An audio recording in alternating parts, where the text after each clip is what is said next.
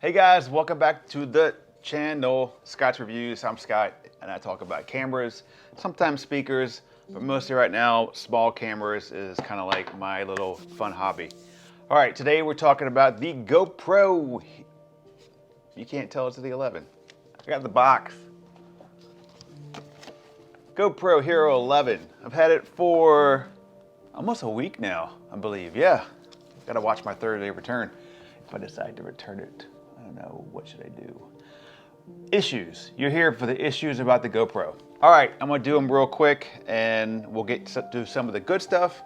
And at the end of this, you can fast forward if you want to see some footage comparing the RX0 versus the Action 2 and a little bit of X3 kind of thrown in there to take a look at. And I'm gonna do another video on the issues with the X3 and another video on the Action 2, a long-term kind of review on that camera. That's what's coming up. All right, today, all about the GoPro Hero 11 issues. Number one, when I first got the camera, it was hard to connect this camera to my phone. Had to try several times before it got to connect. I did finally get it to connect after a while, and then it got the firmware updated. I think back then it was 10. I think it was 10. Was there an 11? I don't know. Anyway, so I started using the camera. I didn't really have any issues with the camera, but I did have connection problems after the update. So got the camera, did the update to the 10, and then started having connection issues. Well, started having, I never dealt with it before. So as soon as you get the camera, you upload the firmware and then you start using it. So that's what I was using, the 10. Sorry, a little fast there. The problem I was having was getting the footage off the camera via the media mod, via USB-C to USB-C to my Mac. I was having some problems with that. The problems I was experiencing were basically some files would come over and the bigger files would fail. They would say corrupted, something like that. It wouldn't work. I would have to basically take the SD card out of the GoPro, stick it into the MacBook, and then it would work. But I did notice it was the bigger files. So bigger meaning like over 5 gigabyte files, it was failing on. So now I have to strip this thing down to get inside, to get the SD card out, put it in there, and then it'll work. 17, it did come across as a 4.29 gig file. So let's see if I can find it. Hold on. Ooh, it is an 8 gig file.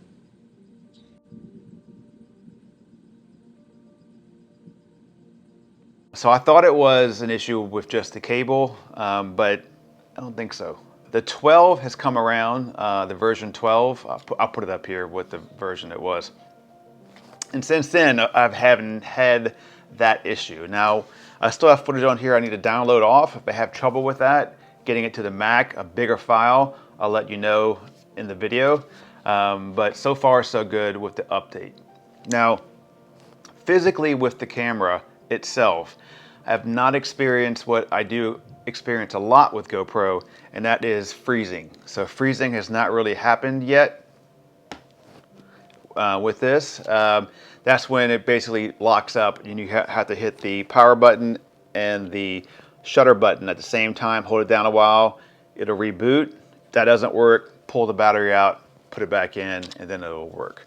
Have not done that yet with this camera. Now I had the 10 for a little bit, but I didn't keep it.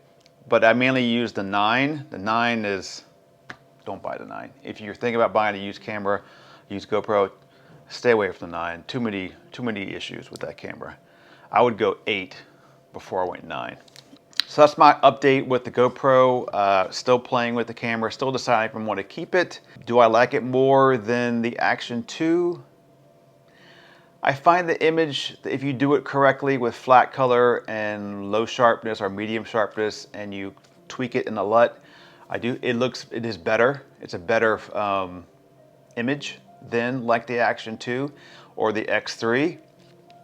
So the clearness of the skin is going to be better on the GoPro. You see more detail versus the X3 and the Action 2 kind of like pasty it out a little bit to kind of smooth it over. It kind of looks kind of like, when you zoom in real tight, you see the difference, and I'll show you some of that in the footage.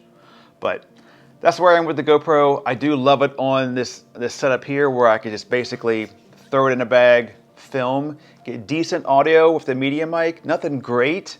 I can always get better if you want to add like the Rode wireless on top here, plug it in, or a little Joby Video Micro, the smaller one. That's fine too.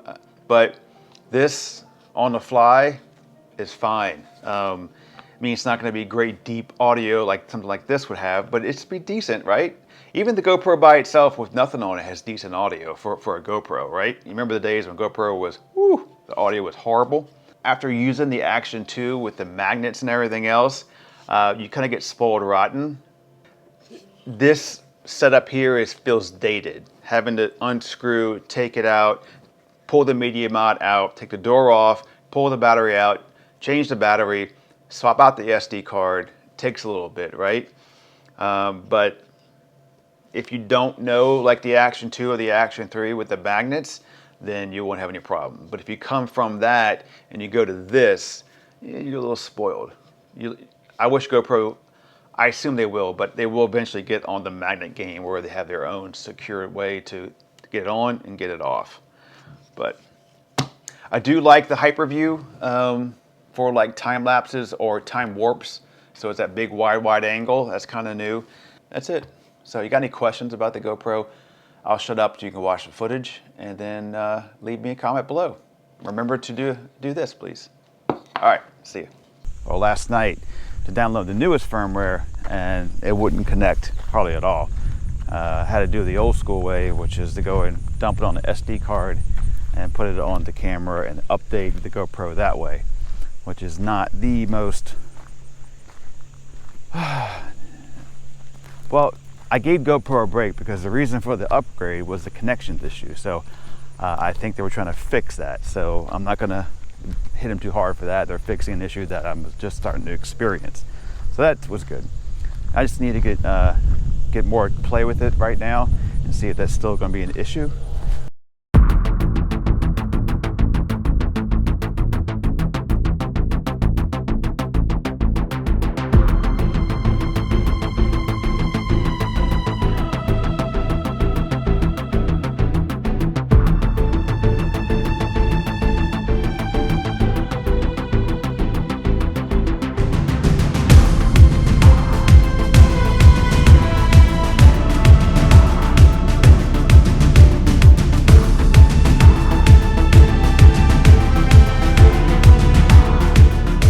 Talk battery life. So I heard a lot about this Enduro battery. And I've had the GoPro 9 and 8 and 7 and kind of know how GoPros act with batteries. So I was expecting a little bit more when I got the 11 with the Enduro battery, and it drops pretty fast. I mean, it's noticeably fast. So you see the little up thing in the right hand corner and you see like you just started the camera, it was at 95%, and then a little bit later it's 88%. I mean, we're talking like 5 or 6 minutes later. So battery life is not as good as I thought or expected it to be.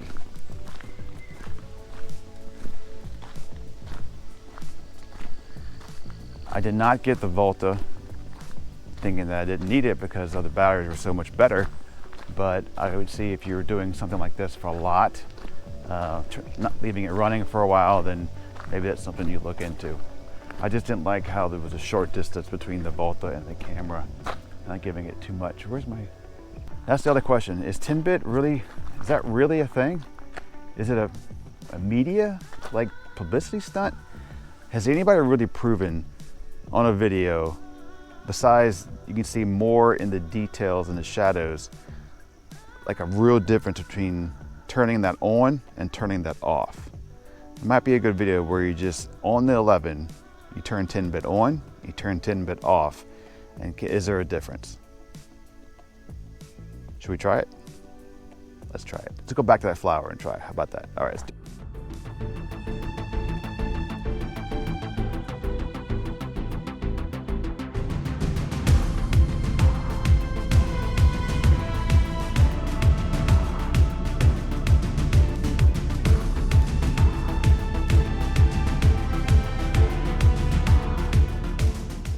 So Scott, after looking at the footage right now in post from those two leaves, you tell me what you think. Well, Scott, thanks for turning it over. It's very hard to tell. Go ahead and look at this photo. The one on the right is the 10-bit. Really? I don't see much difference. I can't tell. It looks brighter. Maybe that's it, but it looks like overdone, so I don't know. What do you guys think? I don't know then. You tell me what you think online, down in the comments below. Did you see any difference? I even would try to play with it and try to like I'll tell you what I do. Scott, what you do is you do an edit with the color on the 10-bit. You save that edit so it's the exact same like kind of LUT now, and you dump that onto the non-10-bit, and then we'll look at that. Let's do that now. Well, this is a pretty heavy LUT that I threw on both of them. This is also the photo that I showed you earlier, but besides being brighter, the right-hand side is the 10-bit. I don't know, guys. I don't know.